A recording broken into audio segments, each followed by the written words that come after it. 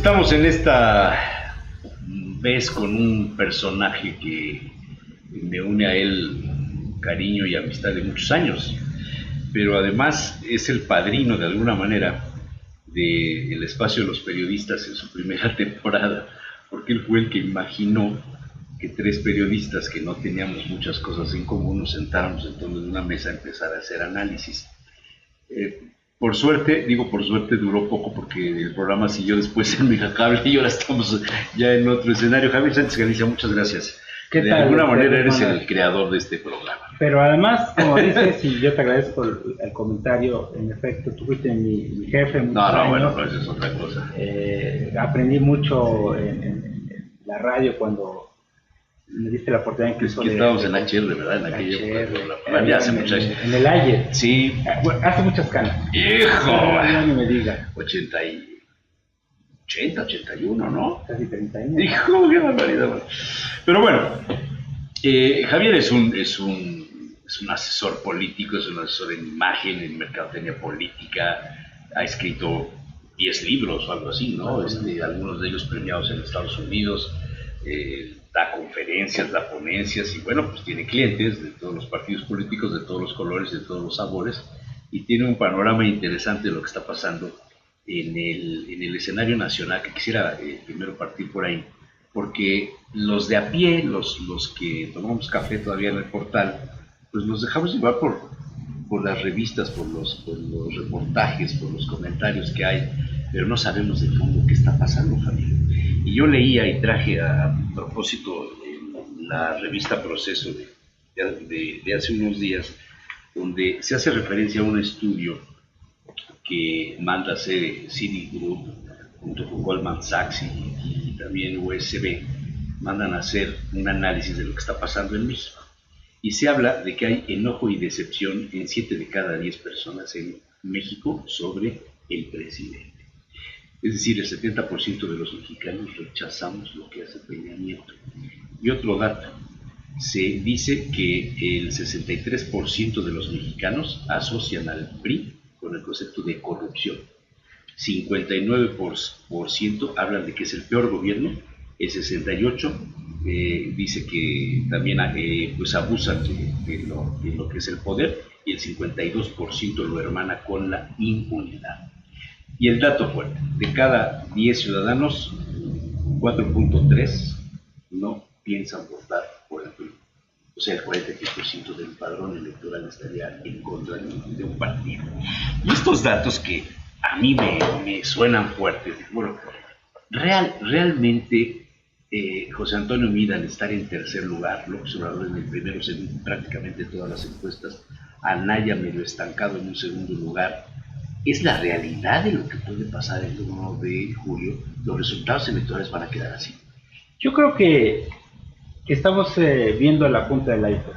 Solamente. Sí, y dijiste muy bien la analogía de esto de nos convertimos en analistas de café y críticos de cubículos, ¿no? Desde la academia, hacemos ensayos sobre lo que vemos, pero a veces hay acontecimientos que no percibimos.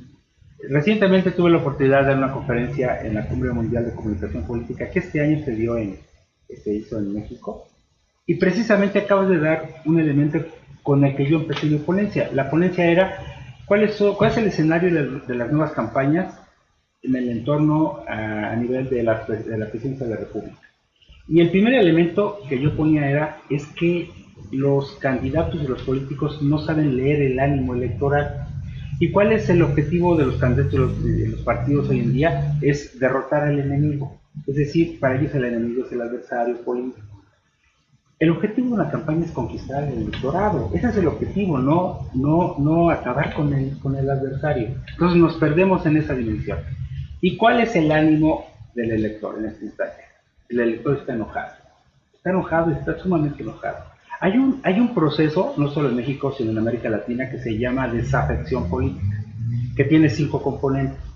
Uno es decepción. El otro es desconexión, desinterés y desconfianza. Y obviamente desafección. Esos 3 componentes se unen y hacen que el elector ya no rechace únicamente un partido en particular, Estamos hablando del PRI como el que ha acumulado ese mayor rechazo. Te fuiste bajo con las cifras, o el análisis. Son las cifras que... En realidad, la tasa de rechazo del PRI a nivel nacional es del 59%, no del 40%. Yo daba una cifra de 57, pero fluctúa entre el 57 y el 59. O sea, más de la mitad de los mexicanos no lo aceptan. Nosotros cuando vemos escenarios donde hay un rechazo hacia un partido político arriba del 60%, ese partido ya perdió, ¿sí? ¿Por qué? Porque hay un ánimo de rechazo. Ahora, el rechazo es difícil remontar un 60% es complejo, es complejo. Habría que analizar. Entonces ahí cuando entra el tema de la ingeniería electoral.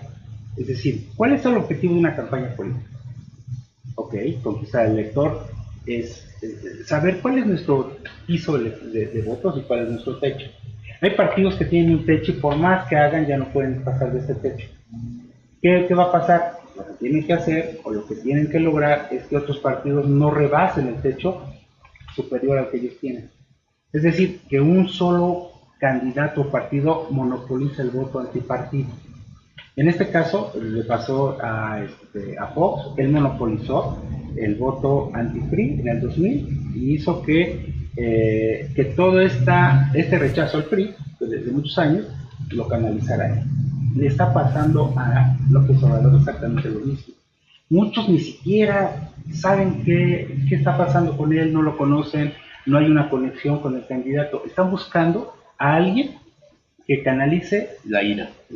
Ese es el tema. Y él está feliz, él simplemente está haciendo llegar a su candidatura todo ese ánimo o desánimo que tiene la gente en cuanto a eso.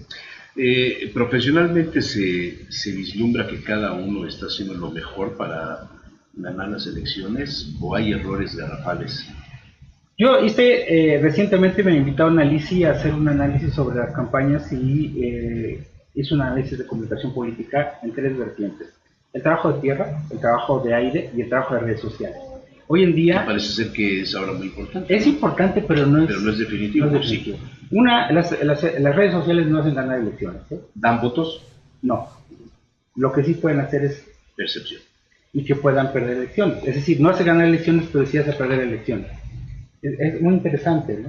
Es decir, las redes sociales instalan temas en los medios tradicionales. Marcan agenda. Pero las redes sociales sí también en esos temas lo que pueden hacer es que los errores sean más visibles y que en ese momento ese error sea canalizado por digamos, el adversario. ¿Por qué? Porque las redes sociales se convierten en el primer canal de comunicación, ¿sí? Del elector y de muchos que están involucrados en el proceso. Ahora, creemos que por el hecho de que les gusta, el 90% de los habitantes de este país tienen un móvil en la mano, un celular. Por eso están conectados a las redes, no es así. No es cierto. Sí. O sea, primero, para empezar, el paquete de datos es caro. La gente no está conectada, no tiene o sea, quisiera dinero para otras cosas que para comprar un paquete de datos en internet. Y luego, supongamos que están conectados, se conectan a red pública, gratuita, lo que tú quieras, pero no están conectados a la política.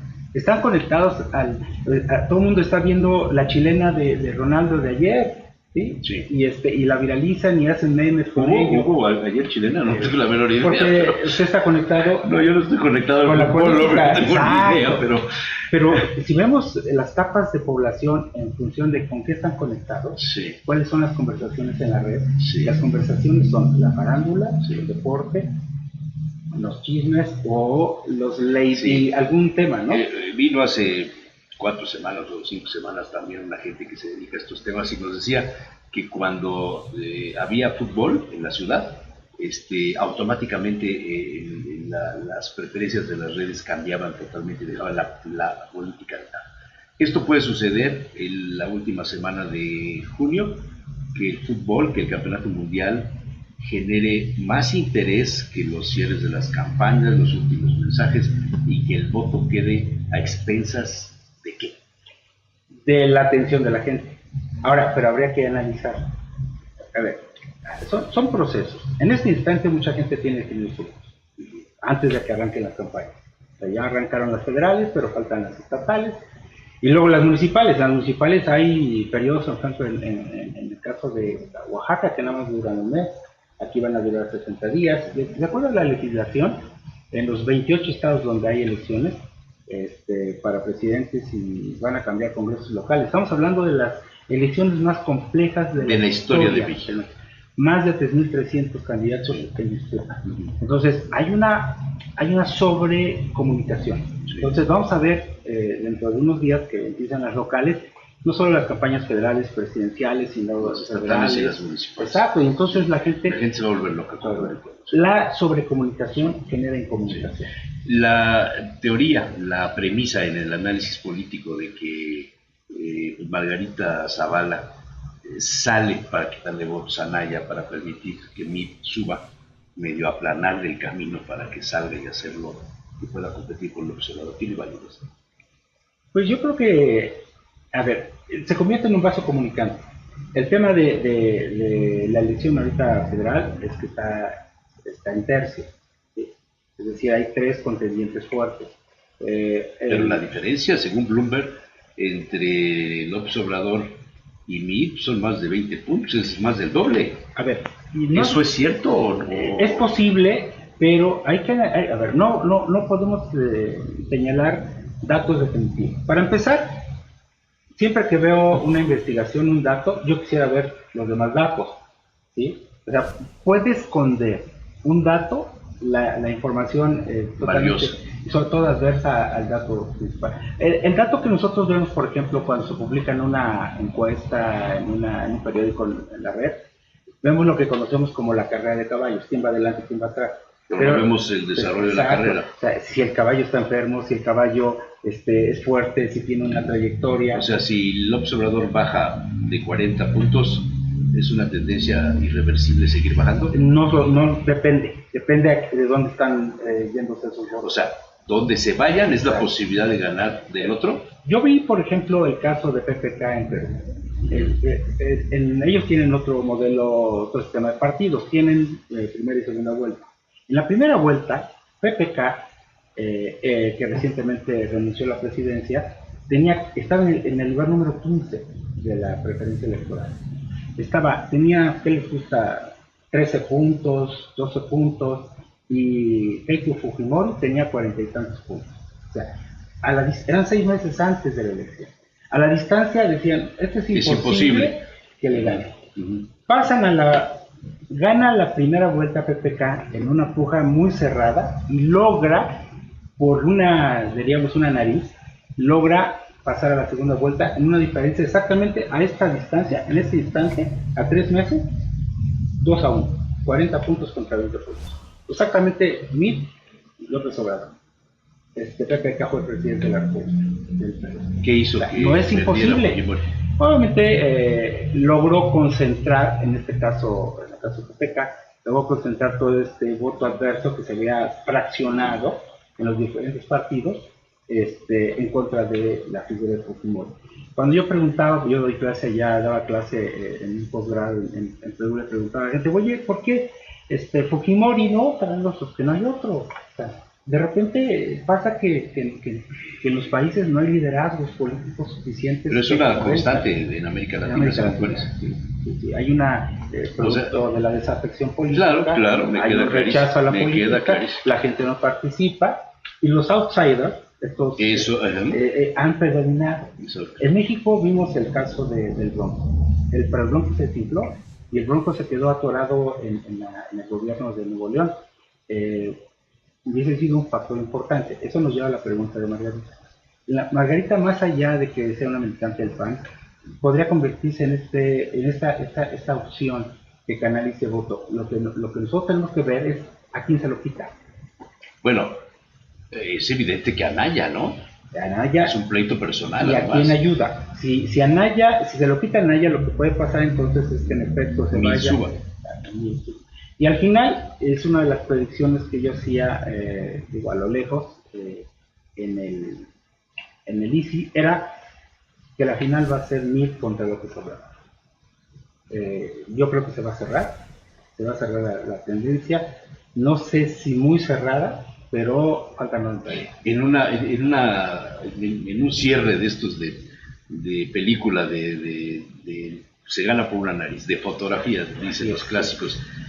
Meade puede vencer a López Obrador. Lo que va a pasar es que Meade se va a colar, el desgaste que ha tenido Anaya le va... Está estancado, ¿no? Sí, Anaya. le va a afectar, le va a seguir afectando, le va a quitar Margarita los votos que tenía, digamos, del PAN, y lo que va a hacer es que Meade se va a colar al segundo lugar. En ese momento, los que estaban dudando, porque el elector es de emociones, esto es de subirse al carro ganador. Hay un 30% todavía de electores que todavía están definiendo su voto. Hace rato decía, hay muchos que han definido, otros que lo están definiendo, pero otros más que no lo han definido. Yo lo que he escuchado mucho entre los taxistas y los boleros y la gente que no tiene un buen parámetro en información científica, lo que pasa en la política, es que van a votar por el segundo lugar para que no llegue el primero. Y en este caso se cumpliría esa parte. Puede ¿no? ser. A ver, aquí el tema es que dijiste algo muy importante. El tema de las emociones es un factor importante en la política y en todo lo que vemos nosotros. Y quiero decir que estoy trabajando ahora con un concepto que queremos llevar ahora a Barcelona a un foro, ya invitar a Australia también a otro foro, donde estamos hablando de este concepto que se llama posverdad. Claro. Vivimos la era de la posverdad. ¿Qué es la posverdad? La posverdad es un concepto que acuñó, que el diccionario de Oxford lo tomó en cuenta como la palabra del año en el 2016, después de la elección de Donald Trump. En la elección de Donald Trump, el 100% de las mentiras que dijeron los dos candidatos, el 79% de las mentiras fueron dichas por Trump, y ahora es el presidente. El 21% de estas mentiras fueron dichas por Hillary Clinton. Y entonces, ¿qué es la posverdad? La posverdad es cuando el ciudadano le da más importancia a sus emociones y creencias que a los valores o que a los hechos, digamos, confirmados. De tal manera que la posverdad va a imperar en procesos electorales con mexicanos. Las fake news y todo esto. La posverdad es un paraguas semántico bajo el cual, digamos, se refugian las fake news, los bulos, las verdades alternativas y las burbujas informativas. Todo esto que vemos en Internet. ¿Qué son cada una de ellas? Por ejemplo, las fake news, pues, noticias falsas. Sí. Pero, por ejemplo, había un periodista que ante la reducción de lectores en los medios tradicionales, hay medios que están diciendo verdades a medias. A medias. O mentiras. ¿Para qué? Para generar mayor audiencia. Eso hace... Con la prensa amarilla, ¿no? Exacto. Lo que corazón, todo esto, ¿no? Pero antes había filtros. Usted y yo vivimos sí. Usted era un filtro importante. Esto no pasa. Yo siempre cuidaba a los reporteros, que no iban a tener problemas. Cuidaba la verdad. Y en el caso de los... Se llamaba línea en aquellas épocas eso. Había línea. Había línea. Bueno, no hay línea. Ahora la línea es que ya no hay línea. Exacto. Y entonces se genera un caos. Se genera un caos porque nadie sabe que es verdad, que es mentira. Y entonces pasa la otra que son los bulos. ¿Qué es un bulo? El bulo es, por ejemplo, yo les digo en una nota informativa en la red, en este portal muy conocido que se llama Los Periodistas, ¿no? Que digo, el tema de que hay o no vida en Marte, dice un científico que no hay vida. Y es un hecho de que el científico investigó y no hay vida en Marte. Pero de repente alguien dice, no es cierto, lo que dice el científico no es real. Sí hay vida y además te presenta una fotografía donde hay una roca, detrás de la roca está un personaje ahí medio amorfo y pareciera que hay vida. Entonces el ciudadano ve las dos notas y dice, yo creo que sí hay vida. Que sí hay vida y me están diciendo... El caso de los evangelios apócrifos. ¿Por qué? Es famoso, ¿no? Y hay mucha información que nos dan, y pasamos a lo que se conoce como verdades alternativas. ¿Se acuerdan la fotografía donde presentan la comparación entre el acto frente al monumento a Lincoln de Obama y de Trump? Claro. Y una de las asistentes de Trump dijo, a ver, ustedes dicen que está lleno y yo digo que es que cada quien tiene su verdad, y hay verdades alternativas. Y entonces, según el ángulo, ¿no? Claro, entonces yo no digo una mentira, lo que estoy diciendo es mi verdad. Tú crees lo que tú quieras. Pero eso, llevado al escenario mexicano, donde somos creyentes de la Virgen de Guadalupe antes que en la Constitución, donde tenemos más fe en lo que nos cuenta el compadre y el chofer del primo del político que se enteró, escuchó, oyó a lo que dicen los medios, abre una puerta a la rumorología profesional impresionante. Sobre todo en comunidades pequeñas. En comunidades pequeñas. Esto llevado a la presencia de Facebook, Cambridge Analytica, la oficina que el INE le dio a Facebook, esa versión que reveló hace unos 3 meses más o menos Porfirio Muñoz Ledo, de que se prepara un fraude electoral contra López Obrador y que se usarían los algoritmos en las votaciones, el conteo de votos, la cantidad de rostros y de nombres que van a aparecer en las boletas. En Puebla vamos a tener 6 boletas, ¿no? Y en una misma boleta se van a repetir varias caras y varios nombres por las alianzas que hay, etcétera. Todo esto va a generar confusión. Puede generar confusión, pero hay que entender también que la realidad, hablando de redes sociales y de tecnología, la realidad mexicana es distinta a la norteamericana. Es decir, hay una idiosincrasia distinta. La brecha digital es más amplia. Por ejemplo, votar por Internet. Si ustedes ven una encuesta en Internet, eso no es cierto. O sea, porque no hay una metodología. Las encuestas de Facebook no son válidas. No sirven. Esas pueden generar cierta percepción. A ver, yo pongo un grupo Yo siento más que es una manipulación, ¿no? Puedo poner Pones a alguien a que vote 100,000 veces. Exacto. De hecho, hago que brinque esta posibilidad de como se hizo en algunos gobiernos que ponían a los ayudantes de las oficinas de prensa a hablar en los programas de radio. Eso se lleva a lo llevan a la internet. A ver, dale, sí, no dejemos que la encuesta, porque sacaron una encuesta de que quién cree que ganaría, y ahí tienes a tus votos. Así como hay acarreados en los actos políticos, ahora son a través de las redes. Hay acarreados digitales. Y los acarreados digitales tienen 3 niveles. Los que son pagados para tuitear, los que son programados para tuitear. Hay bots, los programas, ¿no? Con HotSuite y con todas las herramientas. Y hemos visto, por ejemplo, y los influencers, ¿no? Que también el pueblo parece ser que los están contratando ya mucho. Sí, hay una polémica legal ahí después de lo que pasó con el Partido Verde Ecologista, de estos personajes de la farándula y de Bota Verde. Hay un concepto que le llaman el acto evolutivo, es decir, la voluntad de alguien. Entonces, si tú tienes la voluntad de seguirme y además de escucharme, no me puedes educar a mí, claro. ¿sí? aunque yo lo diga. Exacto, ¿no? exacto. Y entonces legalmente hay muchas todavía verificaciones en la ley que impiden ver qué es lo que realmente funciona o no. Por ejemplo, en el caso de la fiscalización, eso es muy claro que Facebook le reporta al INE decir eso es lo que compraron, ¿no? Pero, por ejemplo, ¿qué es lo que abrió a través de la ventana del Facebook? Un acto donde se gastó mucho dinero, un acto donde alquilaron sillas, balones, gente, promocionales, y es una manera de fiscalizar. Y entonces, el peritaje que hace el INE, los auditores hacen estos tipos de reportes, ¿no? Pero regresando al tema de la influencia, sobre todo en las redes, yo creo que en Estados Unidos ha sido un proceso muy interesante como paradigma de lo que puede pasar en América Latina. Putin reconoció que en efecto había un grupo de gente que estaba interviniendo en este tipo de pero no eran rusos, eran ucranianos. Entonces, sí es verdad este asunto de la intervención de especialistas cibernéticos en temas políticos. Ahora, que no son rusos, se lavó las manos, pero existe. Sí, lo que pasa es que Rusia a lo mejor influyó en que los ucranianos lo hicieran, lo decidió, pero bueno, finalmente sí hay fuerzas externas que influyen. Y hay algo importante que voy a decir. Nos asustamos de que la intervención de rusos en campañas, porque además, de acuerdo al 33, no puede un extranjero intervenir en el proceso político de un país. ¿Pero en el ciberespacio? Sí, pero hay algo más grave.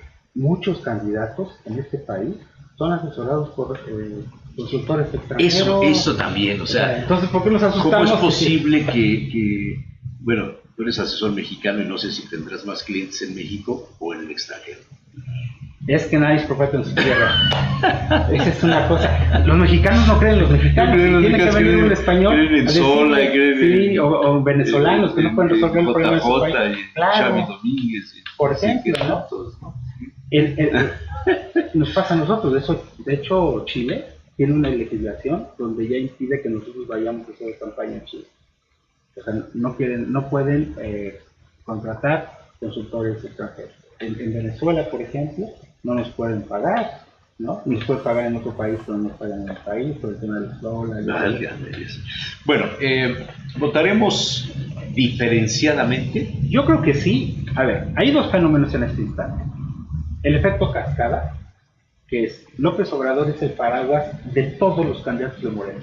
Sí, pero Barbosa en Puebla no tiene la fuerza ni la preferencia que tiene López Obrador, Exacto. por ejemplo. Y entonces todos, recientemente platicaba con una amiga que de otro estado, que hablaba precisamente sobre este fenómeno que está pasando. Me dice, los candidatos de Morena se están echando la mano y están esperando que el efecto López Obrador los haga ganar.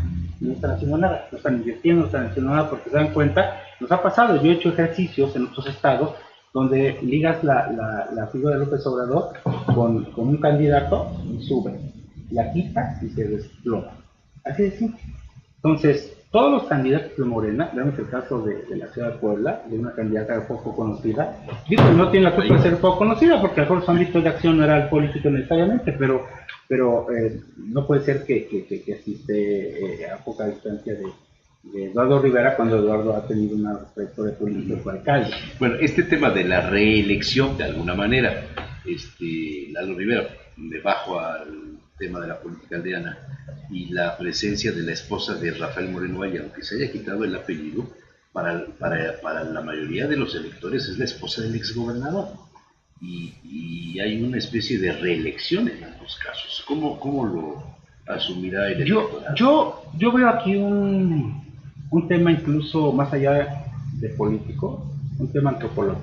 Es decir, ¿por qué, por ejemplo, la canción de Movimiento Ciudadano tuvo tanto éxito? Primero porque ves a un niño vestido de indígena. Es decir, el folclore forma parte de nuestra idiosincrasia. Sí, la música, la identidad, la música de violines, esos elementos. En el caso de este proceso, el sufragio efectivo no reelección está inmerso desde que nosotros, en el ciudadano, desde que nosotros íbamos a la escuela. Es decir, nosotros... No, desde antes. Sí, desde chavitos. Desde antes de nosotros. Claro. Desde la Revolución Mexicana. Claro, pero me refiero un poco a nuestro proceso de cada persona. Sí, la firma en todas las oficinas públicas del director era con esa frase, ¿no? Sufragio efectivo, no reelección. La gente lo rechaza. La gente no quiere. Pero los millennials no entienden. Yo creo que también, es un asunto cultural. Ahora, los millennials, a ver... ¿Votarán? Yo estoy haciendo un estudio, Son 25 millones de jóvenes los que van a votar. Bueno, los que pueden votar. Claro, es una tesis de doctorado precisamente sobre el tema y hablo sobre la hipermediación en la intención de voto sobre nuestras campañas presidenciales. Para empezar, en el acotamiento de este universo de estudio, jóvenes, y estamos trabajando como jóvenes. Para empezar, desde el INEGI y desde la ONU, los jóvenes están limitados a 6 años nada más. Es decir, después de 24 años ya no son jóvenes, son jóvenes adultos o adultos jóvenes. 25 años ya no se son jóvenes. De repente la otra vez... El padrón electoral habla de 25 millones, del 30% del y entonces decimos, a ver, es que yo soy millennial si tiene 35 años. Ya no eres millennial. Yo soy millennial si tengo 30 años. A ver, después de 24 años, a lo que voy es, puede ser millennial porque utiliza las redes, pero no necesariamente porque piensas como tal. O sea, tienes un referente. Yo soy triple millennial. Lo que le da más valor. Voto 3 veces. Luego, incluya a jóvenes, digamos, este parámetro es desde los 16. No votas. Todavía no votas. Entonces, 18 años. Hay que hacer un análisis del número de jóvenes. No me den el dato duro de cuántos jóvenes hay en el país. Denme el número de cuántos jóvenes tienen credencial de elector y cuántos de esos jóvenes realmente van a votar. 25 millones. Porque aunque los jóvenes... 14 millones por vez primero. En la teoría. ¿Cómo en la teoría? En la teoría, es decir, es posible que voten. No, sí, nadie garantiza que vayan a votar. Digo, si un ciudadano como nosotros que tenemos una conciencia, no votamos. Y si te roban la credencial una semana antes, me la piden prestada para el voto, ¿no? Sí. Un voto virtual, ¿no? Pero, por ejemplo, el hecho de estar conectados no nos convierte en activistas. O se convierte, ni siquiera en activista digital. A ver, hay algo que le llaman sofactivismo, el activista de sofá, aquel que a todo le pone like. No lo había escuchado eso. A todo le pone like, ¿no? Ay, soy un activista. Sí, hay personas que a todo le ponen like. Digo, oye, ¿por qué no leen opinas? lo que dice. Claro, no dice exacto. No leen lo que dice. Pues, ¿por qué no das una opinión? ¿Por qué no haces una, por qué no debates? ¿Sí? ¿Eres millennial? Pues nomás le das al cuenta. Es que yo le puse like a todo lo que sea activismo, le pongo, comparto todo lo negativo. Y eso no es activismo. Entonces, realmente el activismo, como en España con el movimiento Podemos, tiene que pasar de la parte digital a la parte offline. O sea, cuando hay activismo offline y online, entonces estamos hablando ahí es donde se puede de un millennial activista que transforma.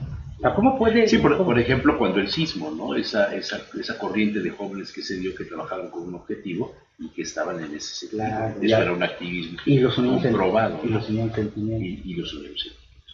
Pero no me contestaste, es reelección. ¿Viste cómo me salí? Sí, claro, no, bueno, claro, no sé lo que salías.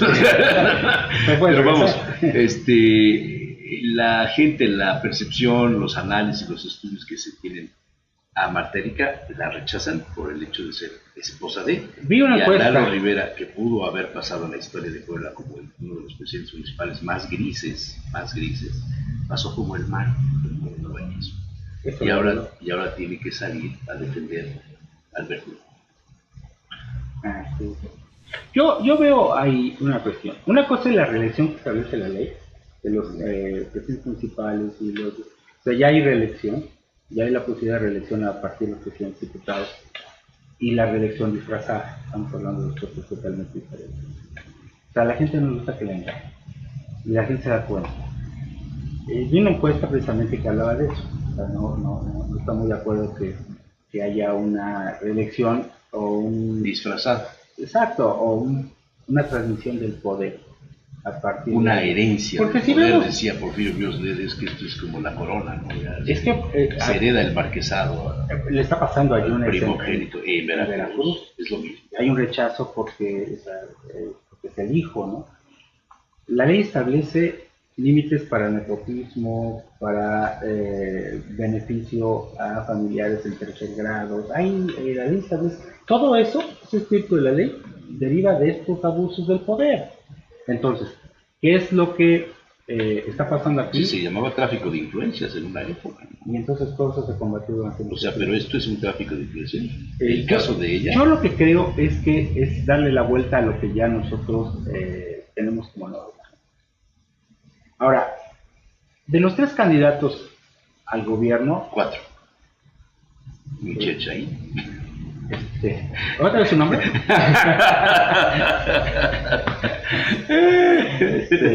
De los 3 candidatos... Eso solo pasa en Puebla, ¿verdad? No pasa en Puebla. De los 3 candidatos al gobierno, con mayores posibilidades, sí, vamos a claro. decirlo así, para que sean... Sí, creo que hay más, ¿no? No sé. Sí, creo que hay un Romero no sé qué. Yo, sí, me imagino que habrá más. Pero bueno. O sea, Romero de Shams. No. ¿no? Romero todo puede pasar, Carreto, puede estar Romero Carreto, creo. No, Romero Carreto, creo. Pero bueno, el caso es que hay 3 candidatos a la con posibilidades. Sí, de competir. Y de los 3, vemos el caso de Enrique Roger. A ver, acá hay una cuestión muy importante. Hoy en día, si al ciudadano le preguntan ¿por qué votas tú? ¿Por la persona, por la propuesta o por el partido? Yo creo que por la persona. Exacto, la personalización de la política ha sido un fenómeno que en los últimos años, no solo en México, en América Latina, predominado. Más del 75% que contesta que por la persona. Es decir, hoy las personas concentran en su figura toda esta aspiración de cambio. Por eso López Obrador. Morena no es Morena por Morena, además es un partido nuevo, sino es López Obrador. Entonces, en el caso de las figuras, tenemos 3 figuras. 3 figuras donde Enrique Roger tiene más, tiene más solidez. Es un candidato con mayor solidez, con mayor experiencia, con mayor... que podría incluso pese. Vamos a decir una palabra. ¿Pese a la marca? Pese a la marca, es el más competitivo. Y pues Salamanca podría dar la batalla y podría, digamos, dar la competencia en este proceso que va a arrancar dentro de prácticamente 20 y tantos días. ¿Qué pasa con los otros Pese a dos? estar en el tercer lugar en la salida. Como ya decía el caso mío, nada está hecho. Como dice eso, no se Sí, acaba hasta yo que se acaba. estuve en una reunión hace poco donde un personaje de la vida política estatal decía que a nivel nacional, bueno, es del PAN, ¿no? Entonces decía que había que trabajar por Anaya, y Anaya, y Anaya, y Anaya. Pues, en la mesa le decían es que López Obrador está en primer lugar y es que el tercero está perdido, ¿para qué? Etcétera. Y dijo este personaje, dice, bueno, Mitt sería el mejor presidente de México por capacidad, pero la marca lo arrastra. Y luego hablaron del caso poblano y era más o menos similar. Es que Barbosa, nadie lo conoce, pero además pues, no tiene experiencia en nada. Y Enrique pues, podría ser el mejor gobernador, pero la marca lo arrastra y está también hasta abajo, igual que Emilio. Y yo calladito porque hay comidas donde no hay que hablar. Y me insistieron en que comentara yo. Y entonces dije, bueno, yo coincido en que Emil puede tener la capacidad de ser un buen presidente, que lo arrastra el peñismo, lo arrastra la marca, lo arrastra el grupo que lo rodea, Ochoa Reza, la corrupción, la impunidad están alrededor de él, pues es muy difícil. El López Obrador yo creo que es inalcanzable, por lo menos hasta donde se ve ahora, y de Ricardo Anaya yo creo que no tiene ninguna experiencia en nada. Y en el caso poblano, de Barbosa coincido, no tiene ninguna experiencia, pero Marta Erika tampoco. Y me interrumpe el personaje y me dice, pero tiene equipo. Y entonces yo dije, bueno, a ver. ¿Qué significa equipo? Así lo dijo. Y digo, bueno, a ver, pero no votamos al equipo, votamos al personaje, al que va a ser el gobernador, que tiene la facultad de quitar y poner al equipo. Entonces, yo creo que no tiene razón de ser ni tiene soporte para que Marta Erika gane. Evidentemente la comida se terminó, ya no continuamos platicando, nos gustó mi comentario, pero pienso eso. Creo que el escenario en el caso poblano, salvo tu mejor opinión, tienes muchísima más información que todos, tampoco está definido. A ver, hay tres niveles, como decíamos hace rato: personajes, propuestas, partidos. En la última parte están los partidos, por el desgaste, lo que quieras. Pero los partidos no le van a porque además hay un rechazo a la política de los partidos. Entonces, sobre los hombros de los tres personajes va a recaer toda la campaña. Ellos son los ejes de la campaña. Entonces, lo que va a hacer el ciudadano es ver qué candidato tiene mayor consistencia, mayor competencia, mayor posibilidad de canalizar lo que necesita la tierra. Lo que sí te puedo decir, que en Puebla, y no porque sea el PAN, sea el PRI, porque está pasando donde gobierna el PRI, como en el caso de Jalisco, porque yo conozco muy bien el caso de Jalisco. Es decir, la aspiración de cambio que se está viendo a nivel nacional y que está canalizando López Obrador, también se está presentando en Puebla. Hay una aspiración de cambio fuerte, arriba del 60%. El cambio es que no siga el morenovallismo. Que no siga el partido en el gobierno. O sea, ¿no te parece que hay una réplica de lo que sucedió hace 8 años? Todos contra Mario Marín, ahora todos contra Mario. Pero pasa incluso en todos los estados, ¿eh? En el caso, por ejemplo, de Jalisco, te refería. ¿Viste cómo me quiere entrar cómo te estoy evadiendo? ¿Viste cómo te estoy evadiendo? Entonces, en Jalisco, por ejemplo, el rechazo a Aristóteles del PRI es fuerte y canaliza Enrique Alfaro digamos, esta aspiración de cambio. Si tú viste y es un candidato fuerte, hermano. Fuertísimo. Y bien organizado. Y una estructura digital. Y el PRI no está mal. De mercadotecnia política de mucho tiempo atrás. De hecho, él no quiso ir en adelante. Claro. ¿Por qué? Porque no la necesitaba. ¿Qué pasó? Si recuerdas el caso de Héctor Ortiz en Tlaxcala. Sí, claro. Que se fue por un partido que no tenía presencia, que era el PAN en ese entonces. El PRI no lo deja ser el candidato, se va por el PAN y es el gobernador. ¿Por qué? Porque él canalizó en su persona toda esta aspiración de cambio que los tlaxcaltecas querían. Obviamente tenía el apoyo de la universidad y de ciertos sectores de la población. Es decir, los candidatos tienen o no la capacidad de canalizar la aspiración de cambio, pero hay que ser claros, hay dos personajes que la pueden canalizar. uno es Barbosa y el otro es Loje, ¿no? O sea, no es un tema de, de la candidata del frente contra los dos candidatos, sino los dos candidatos al mismo tiempo tienen la competencia entre ellos. ¿Qué tan fuerte, qué tan importante será el resultado de los debates? Como te decía, ¿Van a redefinir el si lo escenario? ven, el debate se gana en el postdebate. Es decir, lo que se Ajá. dice del debate es más fuerte que Más lo o que menos la entrevista que le hizo Milenio. que lo vimos Marín más y después, demás. ¿no? No, las cápsulas que hizo Milenio para bombardear a López Obrador, ¿no? ¿Por qué? Porque nadie prende la televisión Para ver el debate. debate. Son pocos. ¿Quiénes ven el debate? Los seguidores. Los que, y lo que hacen los equipos es Segmentar. segmentar Y meter las cápsulas. los momentos más importantes, Claro, claro. los candidatos, y tú ya vas bien. Pero en el caso poblano, me imagino el debate Marta Erika, Barbosa, Doge, Chaín, Roberto Carreto. ¿Son 6 o No 10 sé, son 5 o 6, no sé, pero ¿qué? candidatos? No sé, pero los que sean, vamos, pero ese debate puede reposicionar a Doher, porque el discurso va de la mano, digamos, esta pregunta, ¿qué tanto puede cambiar el escenario con el debate y el discurso en el debate de cada uno de ellos? Seguramente Barbosa amenazará nuevamente con meter a la cárcel a Rafael, seguramente. Y Enrique, yo no sé si su discurso será contra Marta Erika y contra Barbosa, o será propositivo y a lo mejor manda un mensaje que la gente pueda entender de otra manera. Yo creo que el escenario va a ser muy similar al nacional.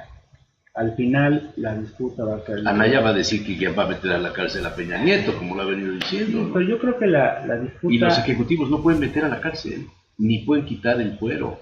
Eso es el poder legislativo, ¿no? Pero pueden promoverlo. Pueden promoverlo. Claro. Yo creo que la final va a ser igual que la nacional. Va a ser entre Barbosa y Loje la elección. O sea, y si gana Meade, gana Doher, o puede ganar Es que es un factor. Andrés Manuel, es un factor. ganar Doher, o puede ganar Meade y ganar Barbosa. Donde sí creo que va a haber un voto diferenciado va a ser en los diputados. Los diputados, para empezar, a algunos senadores les va a alcanzar para ganar. Ah, caray. Claro, sí. Sí, porque lo que pasó con Fox, o sea, puede que el diputado haga una buena elección, pero una buena campaña, pero el efecto de arrastre, el efecto cascada, puede, el número de votos puede hacer que gane, en el caso de los de Morena. Yo le hice un amigo en Dora Verás, que era suplente, creo que de un candidato, me parece que en Oaxaca. Le digo, ¿por qué no eres el titular y vas a ganar? Porque Obrador te vas a ganar, pero sin hacer campaña. Tienes que cosa. Por eso muchos buscaron la sombra y el cobijo de Morena, porque iban a ganar de manera muy fácil. Saben que pueden ganar muy fácil. O sea, Aunque López Obrador no gane. Armenta y Nancy pueden ser senadores. A lo mejor Nancy no, pero Armenta puede ser. ¿Qué escenario? Sí. Entonces va a haber el voto diferenciado. ¿Sí? Y en la ciudad no se diga. Sí. Sí, aunque en el caso de la capital está muy anclado a la votación general, ¿no? Es decir, a lo mejor un estado no cuenta tanto, aunque es 1 millón de votos, que sí son importantes, pero por ejemplo la ciudad, estamos hablando del 30% de votos que representan para ¿Con cuántos votos debería ganar?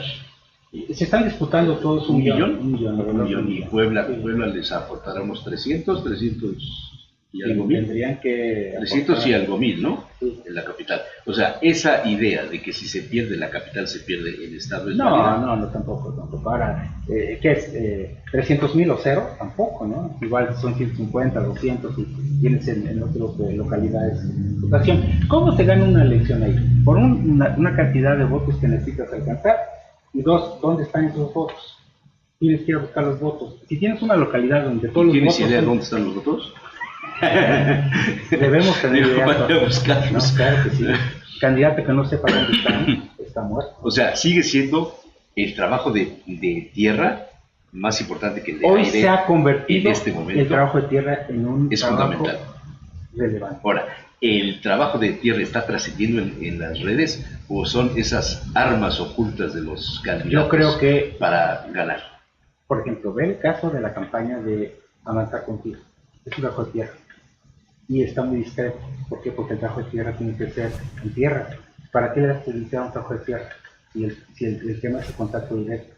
La parte de las redes hace su trabajo y la parte medio perdón por hacer los brazos así. Porque si no me pueden cortar. Ojalá y corte las cosas. No, va a pasar íntegra. Va a no pasar los brazos. Pero ya no hay línea. ¿De nadie? Ya no hay línea, no. Pero por ejemplo, hoy los spots de todos los candidatos están definidos por una ley electoral, es decir, nadie puede pautar. Entonces lo que vemos ¿sabes cuántos spots se pautaron en los 60 días de campaña? Una barbaridad. 18 millones. ¡Wow! Y hace rato no terminé de platicar. Y luego se repetían, ¿no? Sí. Bueno, te voy a decir. Que no daba tiempo a pasar todo. ¿Sabes cuántas versiones hizo el Frente de la pre-campaña? Es decir, de 60 días. 43 versiones. O sea, casi una cada tercer día. Demasiada información. Y en radio el efecto es la repetición, ese es el tema. Entonces una idea bien que esté constante penetra más que sueltes 43 ideas mal. Exacto. El PRI hizo 24 y Morena hizo 10. Sí. Y entonces, ¿ya sabes por quién? Sí, hasta el asunto. Ese es un asunto. Y se volvió un trend topic el uso coloquial de ya sabes quién. Yo os voy a decir una cosa. ¿Cuál es la estructura de un discurso político? El spot, las frases que pegan, ¿no? El spot es la metáfora del discurso público. ¿Ok? Y entonces... La concentración en 20 segundos de una idea central. Y son 3 elementos. Di lo que vas a decir, sí. Dilo y di lo que dijiste. Se acabó. Ya. Sí. Y dilo muchas veces. Sí. La mejor entrevista es no que te hagan una buena pregunta, sino que digas lo que tú quieres decir. Ya, pues... Pregunto. Yo lo que quiero que me digas es quién va a ganar, con cuántas votos de diferencia, cuáles son las encuestas que no leemos, porque las encuestas, Bartlett decía que las mejores encuestas son las que no revelas, las tienes para tomar las decisiones. Y yo me imagino que los candidatos tendrán en su mesa la realidad de lo que está pasando, no lo que se publica. Una ocasión en Iztapalapa, Guatanejo, estaba un candidato a presidente municipal y me pide 3 semanas de la elección que le ayudara, y entonces le dije no puedo porque la distancia es muy larga, digo muy corta, perdón, y necesito saber. Entonces hacemos una investigación y estaba a 2 puntos de diferencia. Y me dice, mira, empate técnico. Digo, sí, pero es más o menos 3%. Ya. Puede ser que estén abajo o estén arriba, ¿no? Pueden ser más. Sí, pero hay posibilidades. Le digo, no. Le digo, eso es lo que dice la carrera de caballo. ¿Quieres ver lo que realmente hay abajo de la parte del mar, el iceberg que no ves? Vas a perder por 12 puntos. ¿Y cómo sabes eso si dice, ¿por quién va a votar usted? Sí, porque estoy leyendo casualidad, que tú no estás leyendo. Y las preguntas tienen un peso que puede sesgar la respuesta y te engañas a ti mismo. Cuando hicimos el cruce, el día de la elección, en la noche me dijo, gracias, tú fuiste el único que me dijo la verdad. Me ganaron por 12 puntos. Te lo dije ¿El caso poblano será una lucha de asesores o será una lucha de candidatos? Yo no veo del otro lado asesores. Digo, del otro lado. ¿Cuál otro lado? Del otro lado de la mesa. Como si yo estuviera en un lado, ¿verdad? ¿Cuál otro lado? Bueno, yo no sé, pero muchos pensamos que Marcelo García Almaguer, el hombre del perro, es el asesor de Marta Erika, y algunos me han dicho, no, ya no tiene nada que ver. Ahora hay otras personas publicó. Que están asesorando. Yo lo publiqué, ¿verdad? Yo no sé ni lo que publico, caray. Ya se me olvidó, caray. ¿Cómo era esa canción? Se me olvidó que te olvidé. Dígame que nada se me olvida. Dígame, como decía Torres Almerón. Hombre. Decía, yo nunca haga caso en lo que yo le digo. Era mi jefe. Yo digo, oiga, me la pone en predicamento, ¿no? ¿Cuál es el momento decisivo de un asesor en mercadotecnia política para hacer ganar o perder a su cliente, y qué tan obedientes son los clientes en la tarea que les toca hacer? A ver, una campaña política la hace el candidato. Él es el eje de todo, él es el centro de todo. no quiere decir que él tome todas las decisiones, porque o hace campaña o dirige su campaña. O sea, un candidato nunca puede dirigir su campaña, pero sí es el mejor conducto para la transmisión del mensaje. ¿Ok? La gente que hace trabajo de tierra, la gente que hace logística, los que hacen redes, todos esos forman parte de un equipo que hacen que el candidato sea efectivo, no un asesor. ¿Sí? Pero el asesor no marca la directriz.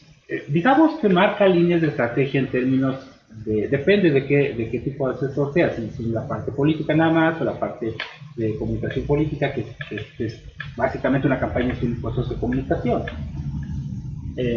Porque a veces se sataniza a bien o mal, ¿no? A los asesores. Ay, ganó por el asesor o perdió porque tuvo un mal asesor. No es cierto. Una campaña la hace mucha gente. Todos ponen su grano de arena y todos son no solo partícipes, sino responsables de ese paso. Entonces, nadie puede erigirse como vencedor o perdedor, sino si hay una campaña que se gana, ganan todos. Y si hay una campaña que se pierde, pierden todos. No pierde el asesor. Ahora, y también depender del asesor para todo es un error. Totalmente, no tiene. Y sobre todo cuando es una. Pero no hay una condición de decirle al cliente, a ver, yo te voy a asesorar, pero mira, te comprometes a que vas a respetar esto que yo te voy a asesorar. Claro, yo creo. Y no llega el compadre, el amigo, el jefe de prensa de toda la vida, y le dice, no, está mal, está loco, ¿cómo crees? No, hay que hacer esto, hay que hacer los convenios, hay que esto y que el otro. Cuando ya nadie lee periódicos, cuando ya nadie ve televisión, cuando ya nadie... Es que nos va a pegar, y bueno... Pues que nos pegue. Si no gano... O sea, los golpes periodísticos de hoy día... ¿Ya no duelen tanto? No, pero los golpes periodísticos de hoy, ¿tienen efecto realmente? En el lector no. Nada más en el lector. En la vanidad. En el lector político. Ojalá lo entiendan eso los políticos. Esto es una cosa. A ver, ya que entramos al tema de este mundo de la asesoría y de lo que pasa. Un asesor es un espejo. Claro. Te dice la neta del planeta. Claro. Dice, a ver, espejito, de mí quieres ser más bonito, vete a consultar a otro, claro, ¿no? porque además, más allá de lo que pueda, digamos, responder a una contratación, lo importante es que, ya me van a cortar. No, estoy preguntando cuánto tiempo. Yo pensé que había línea. Es que su jefe de prensa me está diciendo que ya. Ya. Ese maneja mi imagen. Entonces, aquí el tema es que nosotros, los asesores, tienen que decirle las cosas. Ya depende del candidato o del equipo que lo está haciendo. Y es exactamente como un médico. Si le das al paciente, le das una medicina que no se toma, ¿qué haces? No puede, a ver, abre la boquita y tómese la cucharita, no se puede. ¿Hay bomberazos? Totalmente, la campaña está definida por el Estado. O sea, hay emergencias todo el tiempo. De que dijo esto, le dijeron esto, y en ese momento hay que reaccionar y crear una respuesta, por hay eso, que crear un tweet, hay que crear un comentario, etcétera. Luego hay asesores que viven en otras ciudades. En otras ciudades o en otros países. Entonces, si vas a hacer campaña, tienes que instalarte en el lugar, conocer el entorno y saber cómo reaccionar. Porque a distancia no se puede. Hay asesores que incluso hoy en día están asesorando por Skype, ¿no? Entonces, a menos que sea un proceso, digamos, estable, sí, pero en una campaña que es cuerpo a cuerpo, ¿sí? Es estar ahí, porque si sucede algo, sabes que resuélvelo en ese instante, toman la decisión. A veces una no salida es una mejor decisión que una salida. El 67% de las crisis son provocadas por mala salida, o sea, por mala respuesta. Es decir, o sea, la reacción no es siempre lo más prudente. Y la reacción no adecuada, es decir... Como en el teatro, claro, el silencio es la parte más valiosa del diálogo. Claro, exacto, y entonces a veces el silencio forma parte de la estrategia. Dice, a ver, no contestes, lo que quieren es que contestes. Por ejemplo, hoy en día de repente aparece un video y se empieza a compartir. Y el candidato recibe el video, ¿no? Pero se lo pasa el asistente, el chofer, ¿no? El jefe de... Oye, le están pegando, jefe, en redes. Me ha pasado con muchos casos. Apenas estaba asesorando a una, lo puedo decir porque es de otro país, a una legisladora en Perú y había dicho, es una declaración que además es una declaración que malinterpretaron. El caso es que el tema se volvió viral y se volvió el trending topic nacional, por ejemplo. Fue tanto el ataque, también la defendieron, pero fue tanto el ataque que no lo soportó. Tuvo que irse a consulta con psicológica, o sea, cayó en cama una semana. Entonces le hice un análisis de qué había pasado realmente en las redes y lo que vimos es que no había pasado nada. Lo que había pasado es que era una conversación y la conversación era alta y eso lo reflejaba el trending topic, una conversación alta, no quiere decir negativa. Y entonces ella veía lo negativo nada más. Y después de que vio los números... Qué importante es ver lo que es negativo, lo que es positivo y lo que es neutro, ¿no? Y lo que realmente en las conversaciones influye en el ánimo de otra gente. Claro. Y entonces digo... Pero eso tiene que verlo un especialista, claro. No puede ser interpretado por el choque. Y entonces le digo, oye, después que le expliqué, me dijo, me hizo mejor hablar contigo que con mi psicólogo. Claro. Y ahorita está feliz, anda... y mejoró su imagen porque estuvo en los medios y tiene una trayectoria más importante. Positivos y negativos de los candidatos locales. ¿De quiénes? ¿De Chaín? Por ejemplo, podríamos empezar. No sé, no conozco. ¡Ya! De Chaín no. Es que todo de Romero Carreto tampoco. ¿Gana bien un asesor? Depende. Si cobran dólares. Hoy día se cobran dólares. De hecho, cuando... ¿Dinero negro o se factura? ¿Qué es dinero negro? Cuando te gusta mucho. Cuando pasa de mano en mano. Oye, Javier, pero bueno, tú te has dedicado mucho a la asesoría política, pero también has escrito y para los que saben la dificultad que es poner en blanco y negro una idea y desarrollarla y llenarla de citas y ponerle una bibliografía que sustente no solamente el peso de las páginas, sino todas las referencias que están contenidas en los libros. Estás hablando ya de un nivel académico superior. Esto yo creo que es muy satisfactorio. Sí, es la parte más importante de lo que tú trabajas. Me gusta, y fíjate que es triste todavía ver en campañas electorales gente que no entiende el tema y hay procesos ya muy complejos que no están comprendiendo. Entonces hay que leer, hay que estudiar. Un grupo de amigos y casados con un servidor trataron de poner en orden todos estos conceptos. De repente, que el cuarto de guerra, nadie sabe por qué se llama cuarto, ni cómo está constituido, ni cómo funciona, ni cuál es el protocolo. Vamos a hablar de posicionamiento. Y creen que el posicionamiento es colgar tendones en los postes o estar en redes o tener muchos seguidores en Facebook. O sea, el posicionamiento es un asunto de es que popularmente al cuarto de guerra. Es una reunión, no, es un club de amigos. Entonces, guerra tiene un protocolo. Hombre. Y cada una de las palabras que se escuchan en la política, hoy por ejemplo, esto de posverdad, el proceso transmedia en el tema de... O sea, todo eso tiene que estar todos en la misma tesitura, ¿no? Si no, por lo menos, que... claro, sobre todo saber de qué estamos hablando, ¿no? Ahora, no necesariamente un candidato debe ser experto, para eso están los expertos que le traducen. Es como un abogado, tú empiezas a hablar con términos legales, pues sabes que pues, tú eres el abogado, nada más dime cómo... soy inocente o culpable, ya con eso estoy tranquilo. El caso de nosotros es eso. Sí, pero nadie llega con su cliente, el abogado o el médico, te vas a morir, te van a meter a la cárcel, vas a perder. O sea, siempre se les da esperanza al cliente, aunque se sepa que no va a ganar. No, yo creo que la honestidad, la ética, siempre haber de la honestidad ética, decir, a ver, puedes perder, puedes ganar. Eso de vas a ganar. Tienes un porcentaje de ganar. Yo he visto libros que dicen cómo ganar campañas, ¿sabes? Esa es una mentira. O sea, el arte de ganar una elección no es cierto, no hay fórmulas secretas. Primero, porque cada elección es distinta. Segundo, las circunstancias son distintas, aunque lo hagas en el mismo lugar, la misma geografía, con los actores más o menos similares.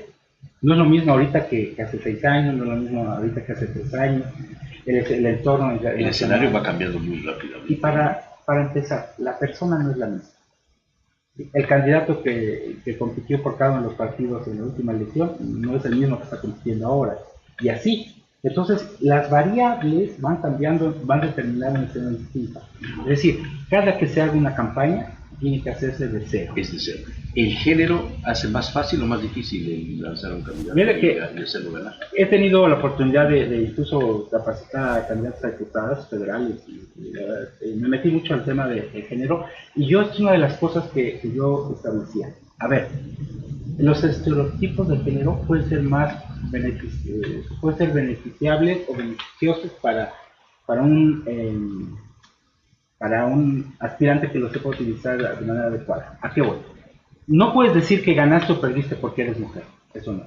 Pero hay elementos que las mujeres tienen favorables que le ayudan, por ejemplo, los sentimientos, ¿no? Los Bueno, sentimientos. Josefina y Delfina manejaron sus sentimientos, manejaron sus activos políticos y se derrumbó Pero si te Josefina acuerdas, terriblemente. ella sacó el primer spot, era con un fondo negro. Sí, donde claro, hablaba que claro. la seguridad Sí, y hablaba y engolaba la voz. Sí, A ver, se a ver. perdió. Si me estás diciendo que por primera vez quieres que una mujer gobierne, y yo veo una mujer sensible, deferente, con una actitud, y de repente me sales con que tienes muchos pantalones. Sí, alguien le dijo, tienes que demostrar que... Le pasó a Laura Chinchilla en Costa Rica. Igual me dicen, y hablaba así, me dicen que no tengo la firmeza ni el carácter para combatir la seguridad. Y empezaba a hablar así, si eres mujer, ¿para qué tienes que...? A Margaret Thatcher le pasaba A Hillary. Sí, no pueden, y pasa con los hombres también, no pueden trasladar el género para convencer al electorado. Pero es válido usar la categoría de género para tirarse al piso y te levanten. Si me pegan a mí, caso Marta Erika, si me pegan a mí, le pegan a todas las mujeres. ¿Sí? Yo creo que no lo comparte todas las mujeres. Y todas las mujeres, ¿qué te pasa? O sea, yo creo que aquí, a ver, un candidato o una candidata tiene que decir lo que los electores están pensando y están sintiendo. No es lo mismo que decir, di tú lo que yo quiero que digas, que es distinto. Sí, no quiero que repitas lo que yo te estoy diciendo, sino yo quiero interpretar lo que tú estás deseando escuchar. Pero eso es muy difícil de entenderlo para los determinados políticos. Porque si no es una exposición de mis ideas. Mira, una vez me pasó con un gobernador, le llevé una campaña de publicidad muy creativa, innovadora sobre todo, irreverente, y me decía, ay, se quedó así, me dijo, era muy formal este gobernador, me decía, la verdad no me gusta. Y le saco la investigación de focus group y todo ese tipo de cosas, y la ve, y me dijo, aunque no me gusta a mí, si le gusta a la gente, que se aplique, háganla. Así, un político inteligente sabe leer el ánimo de los electores. Y se adapta. Que el que no se adapta pierde. Y entonces lo que tiene que hacer el político es, se mete al cerebro, a la mente del elector, rescata lo que está pensando, lo transforma en un mensaje y se lo regresa. Y entonces el elector dice, este sí me entiende. Piensa como yo. Este sí piensa como yo. Claro, así de sencillo. Ahí está la clave. Está muy fácil. Ahí está la clave. Sí. ¿Ves cómo es fácil? Muy bien. ¿Algo más? No diga que lo corté. ¿Ya te hablaron? De que antes te hablaban, ¿te acuerdas? Sí te hablaba. Oiga, Cuando cortemos. ¿Blanco? ¿O no, Cárdenas. Ya. Y eso estuvo fuerte. Ahí guardo la cinta. ¿Ah, sí? ¿Y algún día lo despidieron, no, verdad? ¿A mí? Sí. No, por eso no fue. No, pero... usted me despidió a mí, creo. Pero fue por otra cosa. No, eso no me acuerdo. A ver. No es cierto, pero No, Ruiz creo que se enojó mucho, ¿no? Cuando que no entró Cuauhtémoc Cárdenas. Pero pues no entendía lo que pasaba. Eran tiempos, y aparte estaba muy cerrado todo No, yo le hice una entrevista cuando la campaña de Salinas era que hable México, que hable Puebla por todas partes. Y yo, pues, que hable Cárdenas. Entonces empezamos con la entrevista que le dimos en la cabinita aquella donde hacíamos la grabación de los noticiarios. Mira una cosita ahí. Una cosa chiquitita, y ahí tengo la foto. Y nos hicimos una foto ahí, ¿no?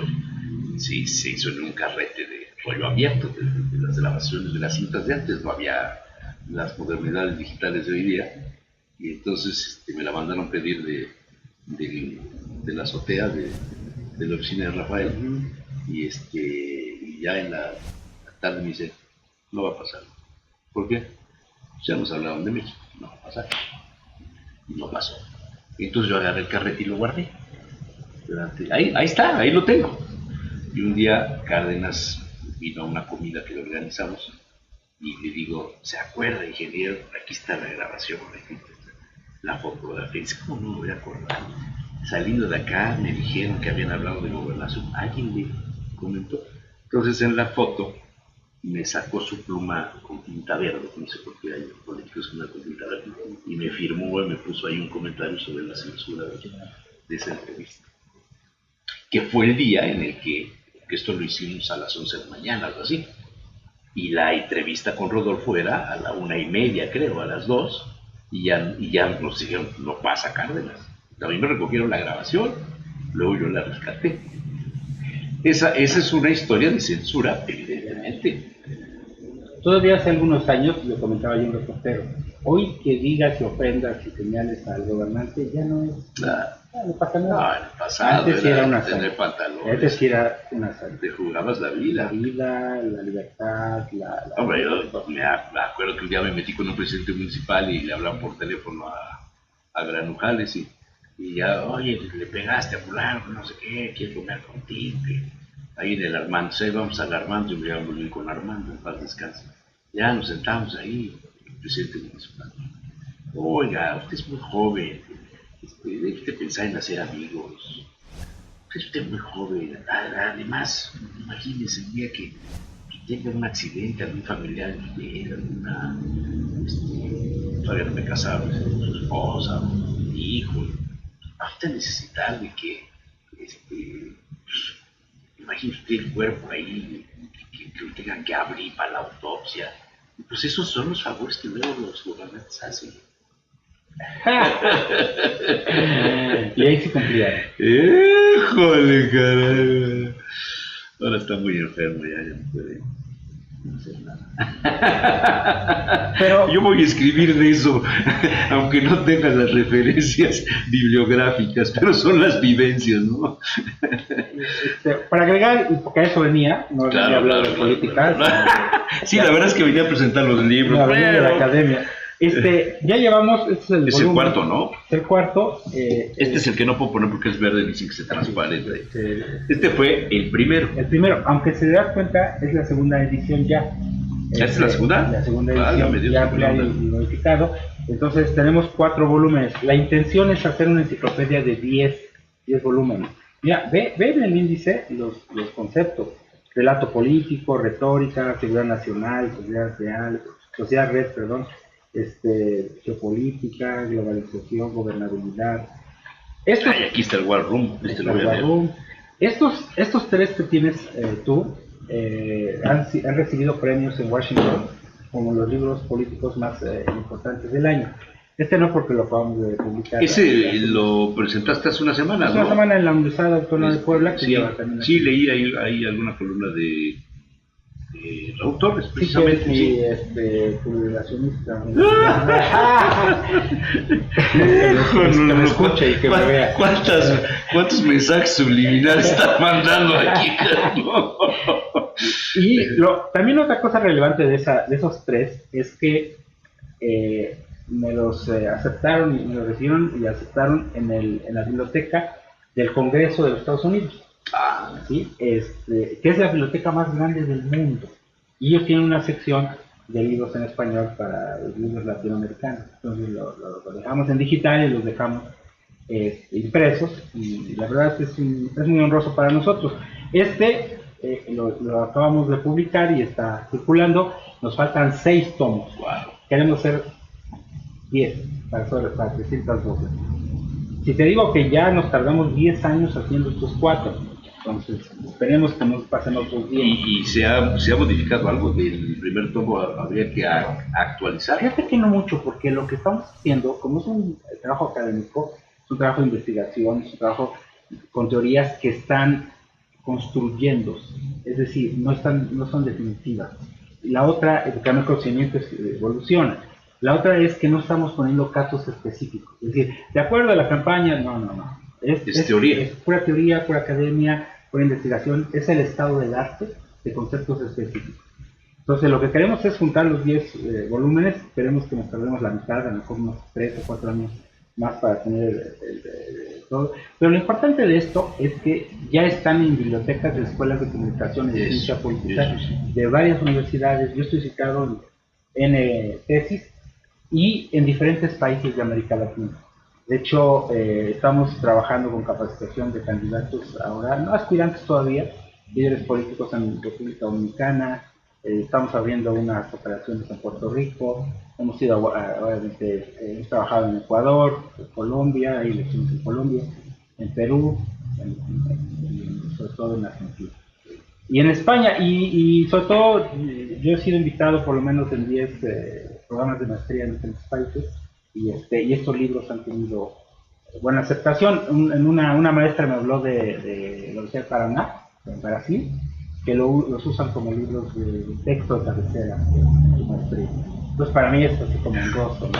Entonces es un asunto de brincar las fronteras, ¿no? No, y además de dejar algo de como se decía antes, ¿no?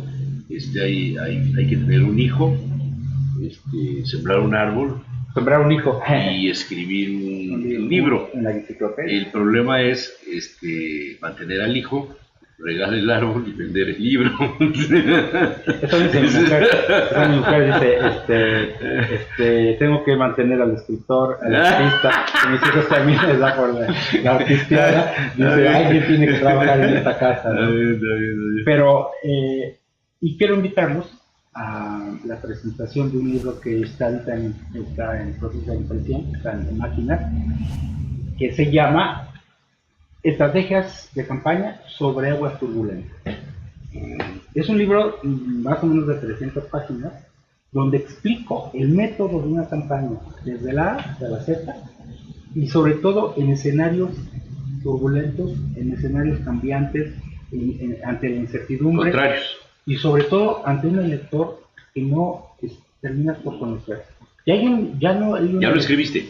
Ya sé. No está basado en lo que está pasando ahorita, no. No, porque, a ver, sí, porque lo estamos viendo desde hace años. Okay. Entonces yo lo terminé a mediados del año pasado. No. Yo quise lanzarlo antes de las precampañas. Tú sabes, el proceso de edición es muy complejo. Sí. Y lo terminamos, ya está, me parece que el ICBN me lo entregan en unos días para que ya nos hagamos la portada y vamos. Sí, que el ICBN tarda mucho. Sí, entonces yo creo que antes de que empiecen las campañas locales, estaré presentándolo aquí en Puebla. Muy bien. Javier, muchísimas gracias. A sus órdenes, pues Manny, gracias, un gusto. De veras, gracias. Volver a verte. Porque finalmente pues este es un programa que nació en tu cabeza hace ya 6, 12, 15, 16, 18 años. No, pues sí. Los periodistas nació en... ¿Cómo 10 años? ¿En SICOM? Así como estuve hace 7 más 6, 13 años. 13 años. Hace 13. 13 años. Hace 13 años nació, fíjate, la alumna, y de ahí pasamos a Megacable. Ya. Y de Megacable nos desaparecieron hace 8 años. Pero yo creo que ahí el mérito es tuyo, porque mantenerlo no es fácil. Bueno, cuesta. Lo que pasa es que yo después me levanto a las 5 de la mañana, 5:30, hago mis cosas y a las 8 me desocupo. Entonces, pues tengo que poner algo. Pues sí. Ok. Está bien. Si fuera yo asesor, pues estaría yo. Otra cosa sería. Se me hace que eres asesor, pues si tienes todo el día libre. Pues a ver si ahí luego me consigues una chamba de asesor, aunque sea de candidatos a regidores, de juntas auxiliares. Hay un candidato en la mesa de Mercal. Sí, es un paisaje muy bonito. Bueno, gracias Javier, de veras, te lo aprecio mucho. Muchas gracias.